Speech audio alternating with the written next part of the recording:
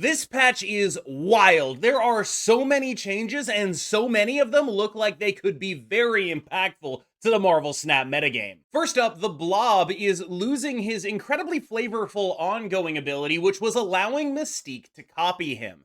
Now, this was a big deal in the first week of Arishem, where Mystique was a great target with both the Blob and Darkhawk, but recently, that deck has been removing that package, moving away from that, and instead becoming much more focused on cards like Dr. Octopus and Leech as major drivers of its win rate. Blob is, of course, still in all of those decks, but they're not doubling up on it with Mystique the way many of them were in the first week of the metagame. A lot of that is because of the gradual decrease in Darkhawk's play rate, because one of the main reasons you'd want to be doing Blob twice is because of opposing Darkhawks, and one of the main reasons that you'd want to be having a Mystique in your deck is because you want to have more than one good target for it. Darkhawk was that other target when you were playing it to beat the mirror. However, after a certain point in time, the decks were running so many answers to Darkhawk and Mystique that it became more likely that they would have the answers than you'd be able to present the Darkhawk and Mystique and get away with it.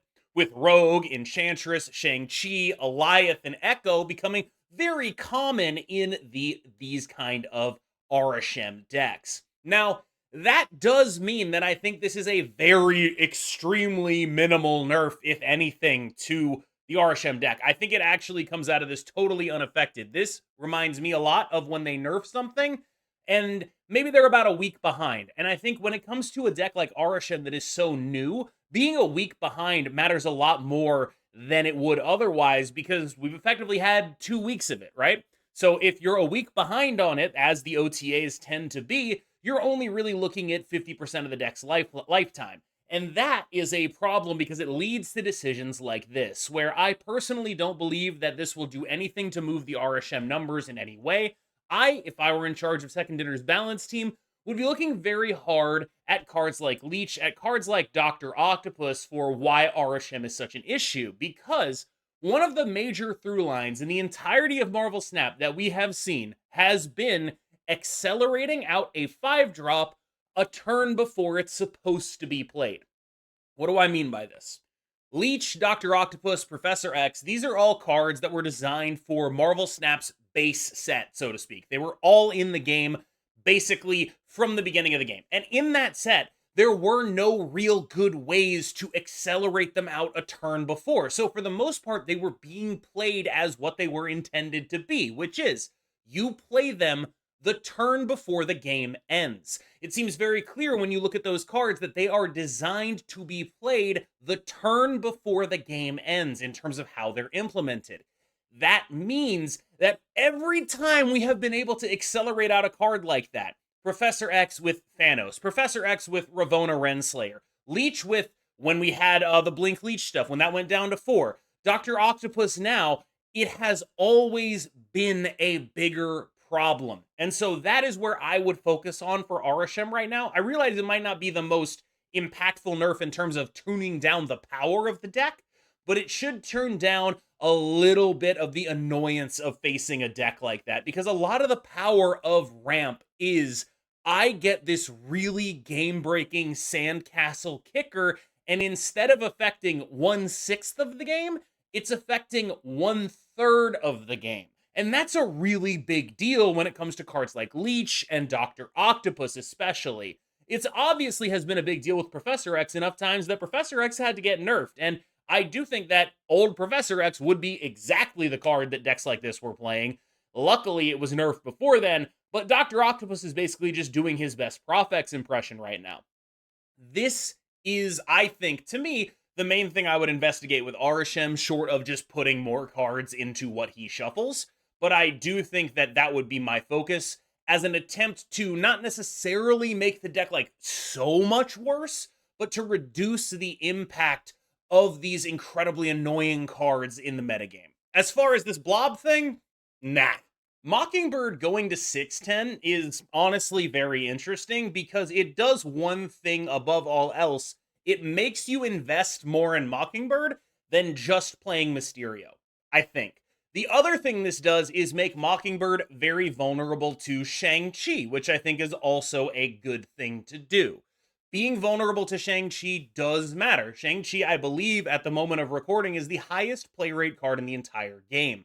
A lot of that is, availability, but also there's a lot of good targets, and it just got one more good target in the form of this Mockingbird. Now, what does this do to her in terms of how you build around her? I think decks like Zoo with Squirrel Girl and Shauna will still be playing her. Decks like Thanos are still probably going to be playing her.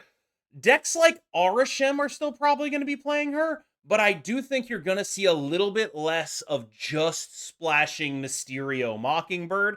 I think there might need to be a little bit more effort being put in by those kind of decks. And for the record, going to 10 power, it can be a downside, but one thing I'm really looking at here is if this is a meaningful buff to Scar decks. The Deathbird style decks have existed before, and in a situation where suddenly, those decks are already playing Squirrel Girl and Mysterio, Mockingbird's already in a lot of them, being able to have that discount your Scar is actually pretty sweet, honestly. So it comes with upsides and downsides. In terms of where I'd be looking to use this, the first question I'd want answered is it still profitable to just run Mockingbird and Mysterio in whatever thing? I'm realizing right now I may have been saying Mystique instead of Mysterio. I'm acknowledging that, and we're just going to move on and ignore it. So, Mysterio and Mockingbird, is that still good enough to just run in a bunch of generic mid-range decks? Do you now have to invest further into it, maybe with a Sasquatch, something of that nature? How is the Deathbird deck would be my second question. The Scar, Mysterio, Mockingbird, Squirrel Girl, Death, Killmonger, and Sasquatch, like that core of cards. How is that right now? That could be an interesting thing to do with this card as well. Does this card go from being a staple to something that is harder to splash? Maybe. I think that's a real consideration here. The only change in this OTA that everyone already knows about, Hydra Bob gaining a power, going to 1-5. I think my major take on Hydra Bob right now is this is actually just like kind of a good card in any deck that is just like, I want to have a card that I play on the final turn of the game that is 5 power for 1 energy. That's just like a good card to have around, I think. And Hydra Bob does seem like it could be good. Like, I don't know, sometimes I think about like how decks use Titania, and like decks that aren't fully built for Titania might still run her just as a 1-5. I'm put in the mindset of like old Shuri decks, where it's just like you're always 5+1ing, so you want the biggest possible one. And this is now like just a 1-5. So if you have a deck where you're like, I'm very interested in 5+1ing, I kind of think this guy just goes in it now. I do think it's a meaningful buff to Zoo. I mean, it's a 1-5 that is good. I think a lot of people look at this and see 1-5 with downside or like a Martyr equivalent. This is significantly better than Martyr because of the way you are able to control what he's actually doing. The fact that the snap is known information, knowing that he's going to move, all of that is very, very crucial. And it allows you to play around what his things are going to be in ways other than just fill up every lane. Because you don't have to fill up every lane, just the ones that he could move to. Or you can say, I want him to move here, I'm going to play for that to happen. A lot easier to work around than Martyr for sure, and has the exact same stat line at this point. I think this card is going to be fairly reasonable. I do wonder if it's going to be tough for him to find a home, but I do think that he is, in the niche that he is in, one of the better options. This is actually kind of crazy. Like, this change to Viper is legitimately wild. Viper is, I look at this and I'm like, this might be the dawn of a new archetype, because Viper sending over always the worst card now is crazy. This is now a Clog 3-5 with upside, and that is just something this deck has never had before. This is a card that has never existed in the entirety of Marvel Snap, because there's always been so much ambiguity on it, right? Like, the issue with Viper has always been, if you draw it late, this card is unplayable because it's sending over something good. This card is now just good every single time you have anything you're interested in sending over. Whether that be a -8 Void, a -3 Hood, a 0 power Rock from a Debris. Whatever it is, this card is now great at doing it and has a premium stat line. This is the kind of buff they need to do more, but it's such a scary one because I look at this and I'm like, Whoa, that card is legitimately very strong right now. A 3/5 with the potential to clog up your opponent? That is crazy stats. That said, Series 5 card, traditionally, Series 3 card, Jesus. Series 3 card, traditionally underplayed, exactly the kind of thing they should be buffing. And I do think that, like, this to me reads as something where it's like, I am going to want to try to build around this card. I am going to try to clog my opponent up. And that means if a lot of people are doing that, maybe there's some more upside in being a destroy deck, a carnage deck, things of that nature, where I can just turn that clog stuff into upside, maybe a Cersei deck, whatever it is that you choose to do to deal with Viper stuff. Because I do think that of all the changes being made right now, this is the one that I think the most good players are going to look at and be like, I can do something with this. So I would expect to see, at least on the first day, a lot of experimentation around Viper, because this totally changes the paradigm of how this card is played. Going from a card that could reasonably totally screw you late in the game to a card that will never screw you. You always know what it's doing. I cannot stress enough how much of a buff that is to any card of this nature. When you have a card that could, like, you're flipping coins on stuff and it goes from that to you 100% know what's happening, that's like the biggest possible buff a card like this can get. Remember when I mentioned that it felt like this OTA was about a week behind in the conversation about Blob? This is another indicator to me that maybe they're a week behind on this stuff, because I'm not saying Ravonna Renslayer didn't deserve to get nerfed. I'm just saying that doing it now feels like, okay, sure, great job, great timing on this one. this deck had already been, I would say, fairly well dethroned by Arishem. I'm playing Athena decks without her now.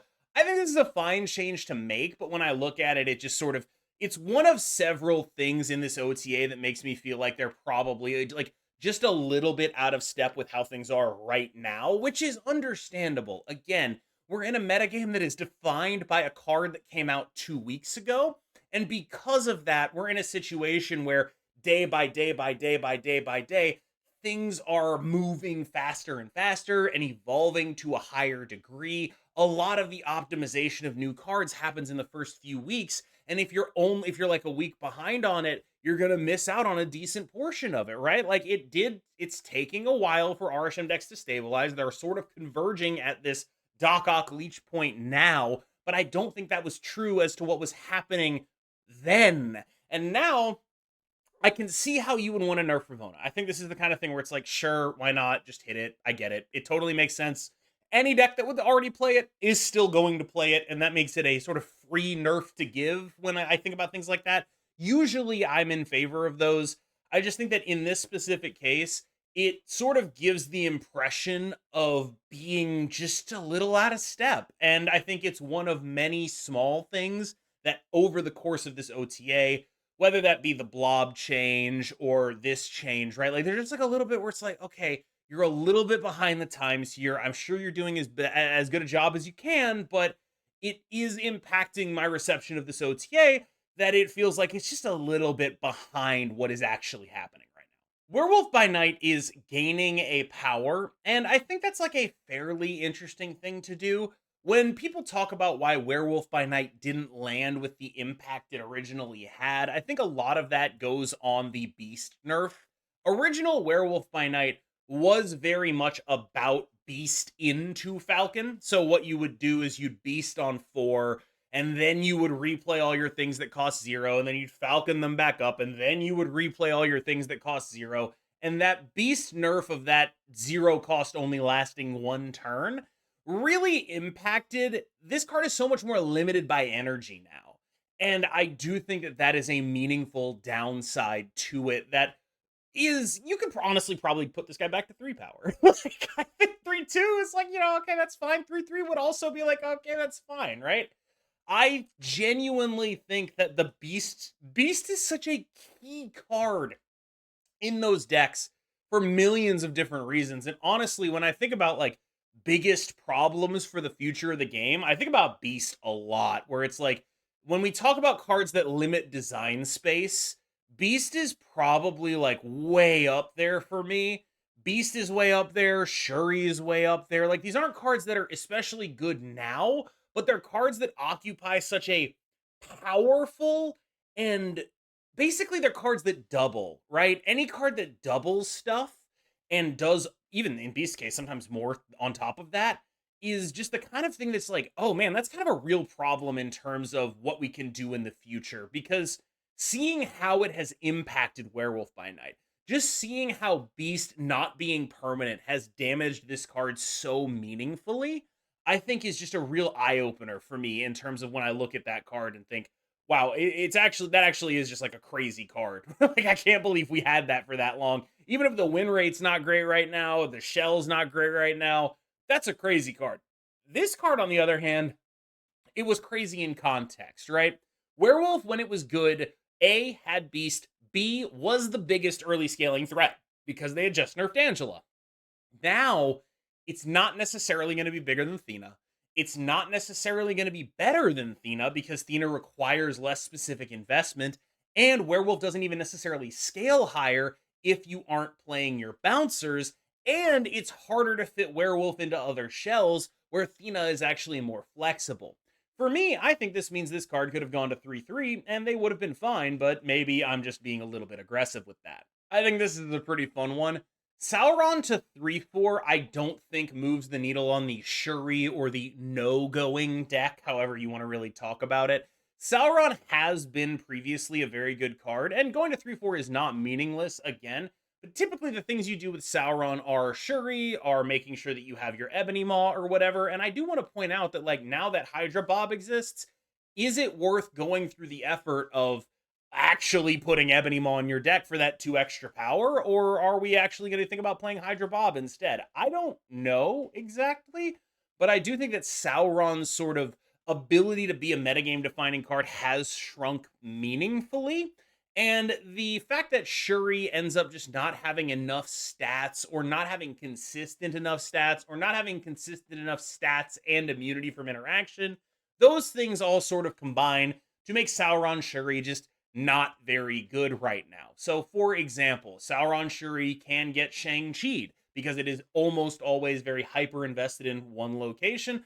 Sauron Shuri can get Shadow King'd. Sauron Shuri can get Cosmo'd on the Taskmaster location, or Eliath on the Taskmaster location. Or, and I think this is like the biggest thing, is that Sauron Shuri is very vulnerable to when your opponent is able to flip the Shuri lane. And that kind of counterplay remains very available to a lot of other decks now in a way that it really wasn't when the deck was at its heyday. There just weren't as many big things running around. There wasn't as much power output, and I don't think giving Sauron an extra power does anything to really alleviate the fundamental issues with Sauron Shuri as an archetype. HitMonkey is gaining an extra point of power, and I don't think that that's necessarily a bad thing, but I don't think it's also very much of a needle mover. Now, there has been a lot of success with HitMonkey in the top ranks of Infinite recently, using cards like Black Swan, using cards like Sage, using cards, but HitMonkey is a good, important part of that deck, and I do think that deck's going to remain pretty good. Like, Bounce is a real deck. HitMonkey getting a point of power. I'm not going to sit here and say that's useless, but I do think people are going to look at this HitMonkey thing and then say, I'm going to go play the deck that already exists, and then that deck is going to be good, and they're going to be like, oh, it's because they buffed HitMonkey. I don't think that's true. I think that deck was already good. It was on my tier list previously. Several people in the top 10 have been playing it. It's a good deck. And HitMonkey getting a point of power is super dope for that deck. It's definitely good. In terms of how much this moves the needle on HitMonkey itself, I think it's actually fairly minimal. Because when you look at HitMonkey, it's usually going to be, you know, +8, +10 a lot of the time. Now, when you think about 1 point of power in the context of that, it's a lot less than it looks. Because, again, this is a card where it looks like going from 2 to 3 is very impactful, but it's actually like going from 10 to 11 or from, you know, 12 to 13. A lot less impactful. Still matters, but it'll matter more in those games where you just need HitMonkey to be like a 3-7 or a 3-9 than it will elsewhere. That's where I think this buff will actually shine. And so it's effectively raising the floor of the card and not really altering the ceiling all that much at all. But that is still an acceptable, useful buff. Just I think people will be tempted to look at this and say it was a meaningful change where I don't particularly think that's true. I think the success this card may or may not find is the same success it was already finding in the hands of players like myself, Jeff Hoagland, EK Madi, and Yo Woody. This was already a deck people were playing,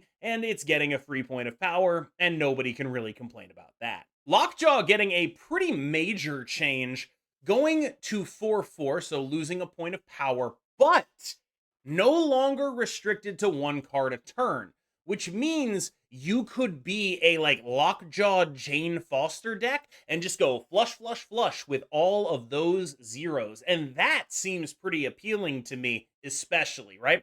This is the Lockjaw that we've had before, right? We have had this Lockjaw. I remember when High Evo Lockjaw was a deck. I remember that we had Wasp. It was dope.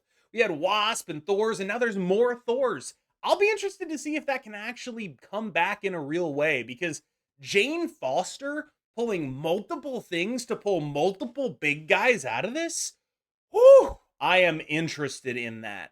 There is also the consideration of, do we have to start thinking about Thanos again? Because Lockjaw Thanos is the thing that got this card nerfed in the first place. I'm interested to see what happens here, because Thanos is a deck that finds it occasionally pretty difficult to vary up its final turns of the game. Meaning, 4 plus, you play this on 4, you play like Stone and a 4-drop on 5, which can work if it's like Cull Obsidian. You have to build the deck a little bit differently, though. And so you end up in a situation where Thanos, which is a deck full of endgame beef, several 6-drops usually, because that's what you're trying to hit off the Lockjaw, ends up in, like, it's gonna be good, I think, but I'm more interested long-term in seeing what this card can do with 0-cost cards. I'm not saying that it won't be good in Thanos. I'm definitely going to try it, but I am interested in what this card does with 0-cost cards. And I think this is just a really smart buff to make right now, because when you look at Arishem and you think, I wonder what could beat that. 1 billion power does a lot of work. And if you start lockjawing zeros into Magnetos, that's 1 billion power. I have always been a proponent of keeping this card as far down as you possibly can, because it's only ever doing something either really good or not playable, right? And so I think that having that RNG in your game, not necessarily the most fun thing in the world, but hey, we live in a world dominated by Arishem, I guess, already. Welcome back, Lockjaw. I'm interested to see what you do. So I guess elephant in the room is that I don't think the Blob nerf was meaningful to Arishem. I guess if I were to look for upsides, I think it's possible that Lockjaw can create an archetype that can compete. I think it's possible that Viper can help create an archetype that can compete. But mostly when I look at this patch, I look at it and I say, okay, so outside of that, it really does seem a little bit out of touch to me. And I think that that is a consequence of, as far as I know, Second Dinner was on vacation last week, or maybe it was the week before. I think the week of July 4th. And so I can understand how this may happen. I don't think it's like even all that bad. I'm just sort of hypersensitive to it right now because I've been spending a lot of time, like, I guess, in the lab figuring out what it is about this metagame that is so odd. And I did come to the conclusion that you can do a couple of things with Arishem. You can add cards to his pool, so maybe 15 or 18 cards coming out of Arishem, or you can really try to address what it is that that one energy does. And I think that's what I would go for, because when I think about like what is unfair about the deck, a lot of it ends up being those specific 5-drops that are built to only affect the last turn of the game, affecting the last 2 turns of the game. When you think about Doc Ock specifically, I think that there's an argument for Doc Ock in the context of like, okay, this card is only ever played in a realistic way when you have 2 turns to clean it up, right? And we have already kind of viable decks that are using magic in order to create those 2 turns after which you Doc Ock so you can clean it up, right? Arishem gets that for free. It just gets to have that with they just get it. They just get those 2 turns, and there's nothing you can do about it, right? That is, I think, a sort of crux of what I see as the issue with the card. I think it's very specifically localized to those 5-drops. And I don't mean that getting rid of those 5-drops will make Arishem balanced, per se. What I do mean is that it'll make it a lot more of something that can be dealt with. Because right now, those cards, much like Thanos before them, with Leech, with Prophex, with all this stuff. Instead of being tools for disruption, they are tools to slam doors closed. Arishem is a deck that can be interacted with profitably a lot of the time. Cards like Shang-Chi are excellent against it. You can Shadow King a Blob. You can do so many things, but they have so many door slammers now. Dr. Octopus, their Eliath, their Leech, and I think aiming your targets at the door slammers, at the sandcastle kickers, that would be how I would approach dealing with Arishem moving forward. Let me know in the comments what you think about that plan, and also let me know what you think about this patch. I have been KM Best. I still read every comment. So I guess is that something I'm supposed to do? I still do it. I really do. So if you leave a comment, I will read it. Thank you so much. As always, I've been KM Best. You have been phenomenal. I will see you in the next one.